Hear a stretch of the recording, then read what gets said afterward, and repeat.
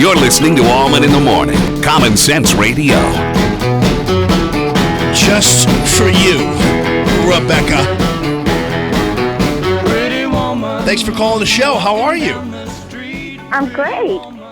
I'm absolutely thrilled to get on. I love listening every morning. It's my favorite thing to do, to wake up and hear Jamie. Oh, awesome. I appreciate that so much. And you're the one that said, hey, you need to get that Pretty Woman out there, the Roy Orbison song, and there you go. Absolutely. You know what? Also, I would love it if you could get Katie Bailey to maybe sing a rendition for us to sing Mr. Jones, to say how much we love you, and to Mrs. Jones. Well, I'll have to arrange that. You are very sweet to call in and say hi. That's awesome. Yeah. Well, thank you. Thank you for making my day so bright and happy. I love it. You are welcome. I hope I can see you tonight. If I can get a sitter for my special needs daughter, I am coming all 4 feet in, baby. I absolutely hope you do, and I will reserve a Resist We Munch t-shirt for you and everything else. Oh, that's great. Well, I hope I can come on in. Me too. And before you get away, my dear, just for you. Mrs. Jones. All right, Rebecca, try to make it, okay? Okay. All right. Thanks for calling into the show. That's nice. Bye-bye. People taking the time to call and say sweet things. Nice people in the world. She's giving you a task, Katie Bailey. I know. That was nice. It threw me off. Better start learning that Billy Paul. I'm on it. Katie Paul. Hey, thank you, Rebecca. That's sweet of you to call. And hopefully you can make it. And of course, she sounds like she says she has a special needs daughter. So I know she's probably a fantastic mom. And I appreciate you very much. I hope you can find somebody who can free you up tonight. Ladies and gentlemen, Congresswoman Ann Wagner, who has made a lot of people happy with her no vote on the spending bill. Congresswoman Wagner, thank you so much for joining us. Hey, Jamie, great to be with you all. No Pretty Woman lead-in for me, man? Well, I mean, I just couldn't double back on it. But certainly Pretty Woman is appropriate, though, that's for sure. So, this vote, and I got to tell you, and I realize the Republican delegation was mixed on their voting, but you did the right thing.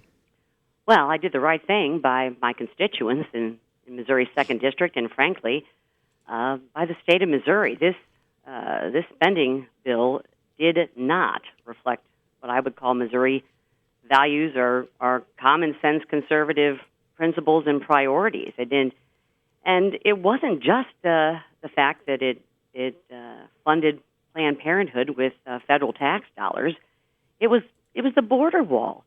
It specifically said zero funding for new construction. So they put that constraint in. That's not what the people of Missouri voted for, and certainly not in the 2nd District. Sanctuary cities. There is nothing, Jamie, in this bill to stop federal funds from continuing to flow to sanctuary cities that have obviously thumbed their nose at enforcing our very valid federal immigration laws.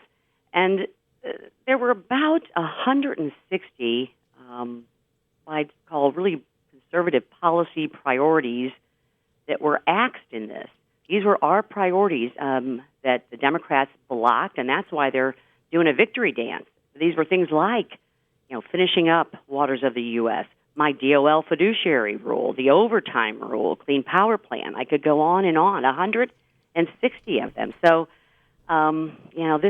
the American people elected Republicans in November to shake up Washington, and this is a 1,700-page monster that I just will not support. Well, did not support. Yeah, and oddly enough, and I think even it's wrong when you've got someone like Chuck Schumer going out there and purposely attempting actually to humiliate not only the president, but the Republican Party for that matter. I mean, he claims that everybody worked as a team and this kind of thing, but really he's doing that as a move, in my opinion.